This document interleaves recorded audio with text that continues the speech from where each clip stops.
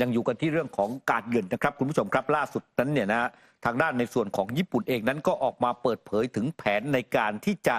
ใช้ QR Code ในการชำระเงินกับประเทศต่างๆโดยเฉพาะในอาเซียนนะครับทางด้านโอซาก้าเวิลด์เอ็กโปซึ่งจะจัดงานขึ้นวันที่13จัดงานขึ้นมาตั้งแต่เมื่อวันที่จะจัดงานขึ้นวันที่13เมษายน2568แล้วก็จะดำเนินการเนี่ยเขาบอกว่านั่นก็คืองานนี้เนี่ยจะมีระบบชำระเงินที่เรียกกันว่า JPQR Payment ของประเทศญี่ปุ่นเนี่ยครับแล้วก็สามารถที่จะจ่ายเงินแล้วก็เชื่อมต่อกับระบบอีก8ประเทศในเอเชียแต่ว่าส่วนใหญ่นั้นเนี่ยก็จะอยู่ในอาเซียนนะครับนั่นก็คือระบบชำระเงิน SGQR ของสิงคโปร์Do It Now QR ของมาเลเซีย QRIS ของอินโดนีเซีย QRPS ของฟิลิปปินส์ไทย QR Payment ของไทยและก็ KHQR ของกัมพูชาเวียด QR ของเวียดนามและก็ Paras QR ของอินเดียญี่ปุ่นนั้นเผชิญความท้าทายเร่งด่วนในการเพิ่มการใช้ระบบ JPQR ของประเทศซึ่งปัจจุบันนั้นให้บริการในธุรกิจเพียงประมาณ 15,000 แห่งทั่วประเทศและส่วนใหญ่นั้นเป็นธุรกิจขนาดเล็กที่ไม่ค่อยมีนักท่องเที่ยวหรือว่าชาวต่างชาติเนี่ยแวะเวียนไปใช้บริการ QR Code เนี่ยเพียงรหัสเดียวในร้านค้าจริงๆเนี่ยสามารถชำระเงินจากผู้ให้บริการชำระเงินหลากหลายทั่วเอเชียได้ทางด้านเคนอิจิมัตสึกุมะผู้อำนวยการสำนักงานเสริมการชำระเงินแบบไร้เงินสดจากกระทรวงเศรษฐกิจการค้าและอุตสาหกรรมของญี่ปุ่นก็บอกเนี่ยครับว่าวันนี้เนี่ย JPQR เนี่ยจะทำงานด้วยการชำระเงินของญี่ปุ่นและต่างประเทศได้แต่ความท้าทายก็คือว่าปัจจุบันนั้นเนี่ยญี่ปุ่นมีธุรกิจจำนวนน้อยมากที่เข้าร่วมโครงการนี้ดังนั้นเนี่ยมัตสึสุกะยอมรับนะครับว่าญี่ปุ่นนั้นเนี่ยกำลังประสบปัญหาความล่าช้าในเรื่องของการใช้ระบบไร้เงินสดเมื่อเทียบกับประเทศในอาเซียนด้วยกันโดยในปี 2565 นั้นเนี่ยครับสิงคโปร์อินโดนีเซียไทยมาเลเซียและก็ฟิลิปปินส์นั้นร่วมลงนามในข้อตกลงเพื่อร่วมระบบชำระเงินด้วย QR Code ของพวกเขาเข้าด้วยกันและปัจจุบันนั้นเราก็ขยายนะครับคุณผู้ชมไม่ว่าจะเป็นลาวไม่ว่าจะเป็นกัมพูชาไม่ว่าจะเป็นเมียนมาไม่ว่าจะเป็นเวียดนามเนี่ยทุกวันนี้เราไปประเทศเหล่านี้เนี่ยคุณผู้ชมร้านค้าต่างๆนั้นจะมีระบบ QR แล้วเราก็สแกนแล้วก็จ่ายเงินได้เลยไม่จำเป็นที่จะต้องไปแลกเงินเนี่ยเป็นเงินสกุลนั้นสกุลนี้เหมือนเมื่อก่อนแล้วนะเรามีแค่ระบบ QR นะครับมีระบบธนาคารของเราก็ชำระเงินได้ทันทีนะตอนนี้ญี่ปุ่นก็เลยบอกว่าอยากจะมาพ่วงด้วยอยากจะมาร่วมด้วยแต่ว่ามาพ่วงด้วยร่วมด้วยนั้นต้องรอปี 2568 ครับคุณผู้ชมไปดูอีกหนึ่งความคืบหน้าความสัมพันธ์นะคะระหว่างจีนกับฝรั่งเศสนะคะเนื่องจากว่าผู้นำของจีนประธานาธิบดีสีจิ้นผิงและก็นางเพิงลี่หยวนทางด้านของภริยาเนี่ยเดินทางไปที่ฝรั่งเศสเพื่อไปพบปะหารือนะคะกับทางด้านของผู้นำฝรั่งเศสเนื่องในโอกาสครบรอบ60 ปีความสัมพันธ์ระหว่างจีนและก็ฝรั่งเศสถือว่านี่เป็นจุดหมายแรกของการเดินทางไปเยือนยุโรปครั้งแรกของผู้นำจีนรายนี้นับตั้งแต่ปี 2562 ในแถลงการณ์เนี่ยที่มีการเดินทางไปเยือนกันระหว่างความสัมพันธ์ของจีนและก็ฝรั่งเศสนั้นเนี่ยณวันนี้เองจีนและฝรั่งเศสถือเป็นแบบอย่างของการอยู่ร่วมกันอย่างสันติของประชาคมนานาชาติและก็ความร่วมไม้ร่วมมือกันนะคะระหว่างประเทศที่มีระบบทางสังคมที่แตกต่างกันนอกจากนี้วันนี้ค่ะสีจิ้นผิงเนี่ยมีกำหนดการในการพบปะหารือพูดคุยกับเอ็มเนอร์มาครงผู้นำของฝรั่งเศสก็คาดการณ์ว่าสิ่งที่เขามีการพูดคุยกันน่าจะเป็นเรื่องของการที่มาครงนั้นจะเรียกร้องให้ทางการจีนลดการขาดดุลการค้า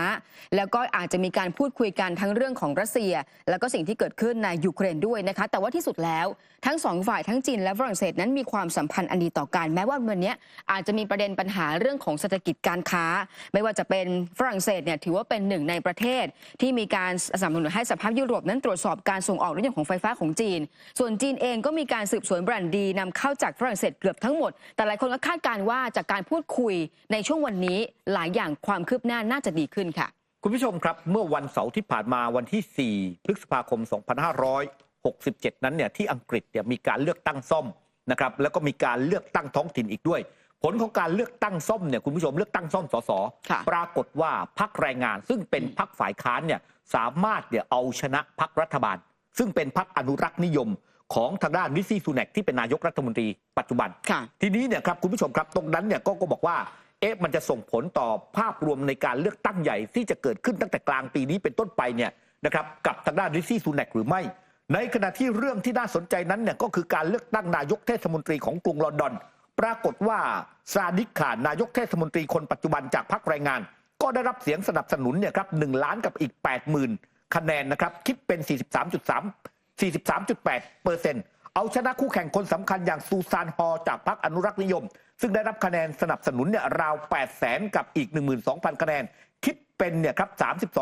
32.7%ชัยชนะของซาดิก คานเนี่ยนะครับคุณผู้ชมครับสร้างประวัติศาสตร์ให้กับตัวเองในการรักษาตำแหน่งนายกเทศมนตรีกรุงลอนดอนเป็นสมัยที่ 3 ติดต่อกันหลังสร้างประวัติศาสตร์ด้วยการเป็นนายกเทศมนตรีกรุงลอนดอนคนแรกที่มีเชื้อสายมุสลิมหลังได้รับการเลือกตั้งสมัยแรกเมื่อปี 2559 ซาดิก คานนั้นปัจจุบันอายุ 53 ปีครับมีเชื้อสายปากีสถานการเลือกตั้งนายกเทศมนตรีกรุงลอนดอนเป็นส่วนหนึ่งของการเลือกตั้งระดับท้องถิ่นซึ่งเกิดขึ้นในอังกฤษแล้วก็เวลส์นะครับโดยพรรคแรงงานของเซอร์เคียร์สตาร์เมอร์ผู้นำฝ่ายค้านคนปัจจุบันสามารถกวาดชัยชนะเพิ่มขึ้นทั้งในระดับสภาเทศบาลและนายกเทศมนตรีอีกหลายเมืองรวมถึงนายกเทศมนตรีเมืองเวสต์มิดแลนด์ซึ่งเป็นฐานเสียงของพรรคอนุรักษ์นิยมผลการเลือกตั้งระดับท้องถิ่นที่ออกมานั้นเป็นไปตามผลสำรวจความคิดเห็นของประชาชนสื่อมวลชนหลายแห่งในอังกฤษนั้นเนี่ยบอกไปในทิศทางเดียวกันว่าพรรคแรงงานนั้นจะชนะพรรคอนุรักษ์นิยมของริชี่ซูแนกในการเลือกตั้งทั่วไปที่กำหนดเนี่ยครับจะเกิดขึ้นอย่างช้าที่สุดเนี่ยไม่เกิน 28 มกราคมปี 2568 นี่กลายเป็นงานหนักของริชี่ซูแนกนะครับคุณผู้ชมครับว่าจะสามารถพาพรรคอนุรักษ์นิยมนั้นเนี่ยคว้าชัยชนะเพื่อตัวเองเป็นนายกรัฐมนตรีอีก1 สมัยหรือไม่หรือนายกคนต่อไปของอังกฤษนั้นจับตาดูครับคุณผู้ชมนั่นก็คือเซอร์เคียร์สตาร์เมอร์หัวหน้าพรรคแรงงานอาจจะเป็นนายกรัฐมนตรีคนต่อไปเพราะดูแล้วเนี่ยผลสำรวจทุกโพลของอังกฤษนั้นมองนะครับว่าพรรคแรงงานนั้นจะชนะพรรคอนุรักษ์นิยมเพราะดูจากผลงานหลายนายกที่เกิดจากพรรคอนุรักษ์นิยมจำได้ไหมฮะบอริส จอนสันนะครับแล้วก็มีผู้หญิงอีกคนหนึ่งนะมาต่อด้วยริชี่ซูแนกก็บอกผลงานนั้นไม่มีอะไรแล้วก็สิ่งสำคัญนั้นเกิดสภาพปัญหาเศรษฐกิจและยังเอางบประมาณนั้นไปอุดหนุนยูเครนจนทำให้คนอังกฤษนั้นเนี่ยไม่ค่อยจะพอใจการบริหารงานของรัฐบาลครับอีกหนึ่งสถานการณ์ที่ต้องจับตามองนะคะจากกรณีที่ลินดา โทมัส กรีนฟิลด์เอกอัครราชทูตสหรัฐประจำสหประชาชาติที่เดินทางไปที่เกาหลีใต้และบางช่วงบางตอนเนี่ยเขาไปพูดถึงประเด็นเรื่องของการจัดตั้งกลไกที่เรียกว่าเป็นมาตรการคว่ำบาตรใหม่โดยจะต้องมีการจัดตั้งเนี่ยให้มีคณะกรรมการในการสังเกตการณ์การคว่ำบาตรประเด็นเรื่องนี้นะคะ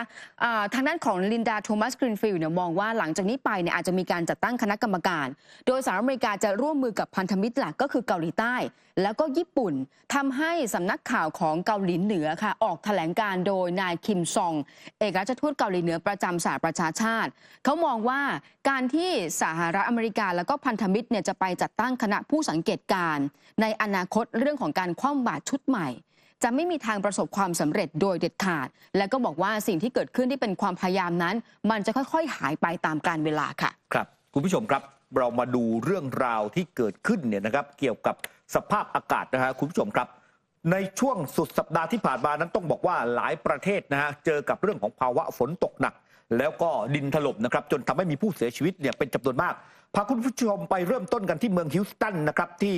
รัฐเท็กซัสของสหรัฐอเมริกากันก่อนนะครับคุณผู้ชมครับก็บอกว่าเกิดฝนตกหนักนะครับทำให้ต้องมีการช่วยเหลือผู้คนเนี่ยกว่า400คนออกจากพื้นที่บ้านเรือนจำนวนมากถนนนั้นจมอยู่ใต้น้ำกินบริเวณกว้างครอบคลุมตั้งแต่พื้นที่เมืองฮิวสตันไปจนถึงพื้นที่ชานเมืองทางตะวันออกของรัฐเท็กซัสทำให้ต้องใช้เรือสัญจรผ่านระดับน้ำสูงถึงเอวเพื่อที่จะช่วยเหลือผู้คนแล้วก็สัตว์เลี้ยงของพวกเขานะครับทางการสั่งเฝ้าระวังน้ำท่วมเนี่ยครับไปจนถึงเนี่ยนะช่วงบ่ายวันที่5 พฤษภาคมที่ผ่านมาเนื่องจากว่ามีการฝนตกเนี่ยอย่างต่อเนื่องนะครับตั้งแต่ปลายสัปดาห์ที่ผ่านมาแล้วก็มีการสั่งให้ผู้ที่อาศัยอยู่ในพื้นที่ราบต่ำนั้นเนี่ยหนีภัยพายุพร้อมกับเตือนว่าอาจเกิดเหตุเลวร้ายขึ้นโดยสำนักงานอุตุนิยมวิทยาแห่งชาติของสหรัฐคาดว่าจะมีฝนตกหนักเนี่ยครับไปจนถึงวันอาทิตย์ที่ผ่านมาแต่ว่าฝนตกหนักเนี่ยพอน้ำท่วมเนี่ยกว่าน้ำจะลดมันก็ต้องใช้เวลาอย่างน้อย 2-3 วันด้วยกันครับมาร่วมสนับสนุนท็อปนิวส์นำเสนอความจริงได้แล้ววันนี้เพียงกดปุ่ม Super Thanks แล้วเลือกจำนวนเงินตามที่ต้องการได้เลยครับขอบคุณครับ